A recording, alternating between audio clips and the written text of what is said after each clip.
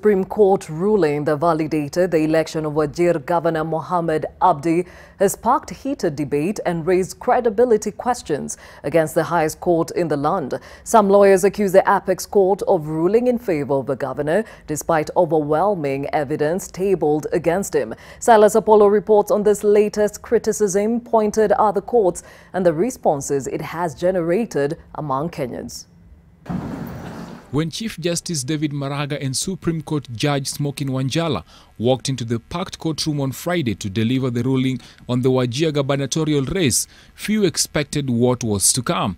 This is because, for starters, the ruling was going to be delivered by two judges unlike in the previous cases, and two, because for the first time there were dissenting opinions among the judges. And for the fourth respondent, similarly. And now it is these divergent opinions that have generated the most interest. Critics of the court say that the majority ruling was not satisfactory. Senior counsel Ahmed Nasir Abdullahi, who represented former Governor Mohamed Abdi, the first respondent in the case, alleged that the judgment had been influenced. Tweeting shortly after the ruling, Abdullahi alleges that, quote, "The problem with corruption in the Kenyan Supreme Court, as aptly shown by the judgment of the Wajir gubernatorial petition, is that corruption is single-sourced and is not open and competitive. My client was not invited to put his bid, and some judges took money from only one party."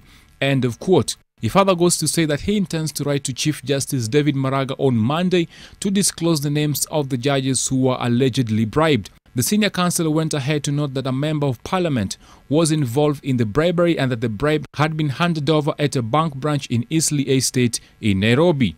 And the Law Society of Kenya also weighed in. Chairman Allen Gishui asked the aggrieved parties to table their evidence in court to assist with the investigations.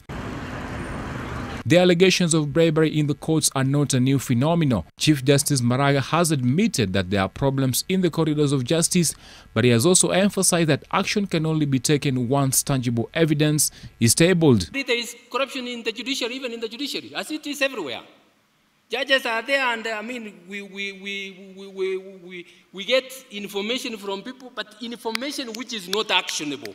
And presently, Deputy Chief Justice Philomena Mwilu is also battling a case in which she has been accused of conflict of interest and abuse of office. The judgment of the Court of Appeal. During the Friday ruling, Justices Mohamed Ibrahim, Jackton B. Ojwang, Smokin Wanjala and Njoki Ndung'u accused the respondent of filing his complaint against the governor's academic qualifications late. But Chief Justice Maraga said Mohamed's academic qualifications were suspect after he had told a parliamentary committee when he was being vetted to become Kenya's ambassador to Saudi Arabia that he was yet to graduate.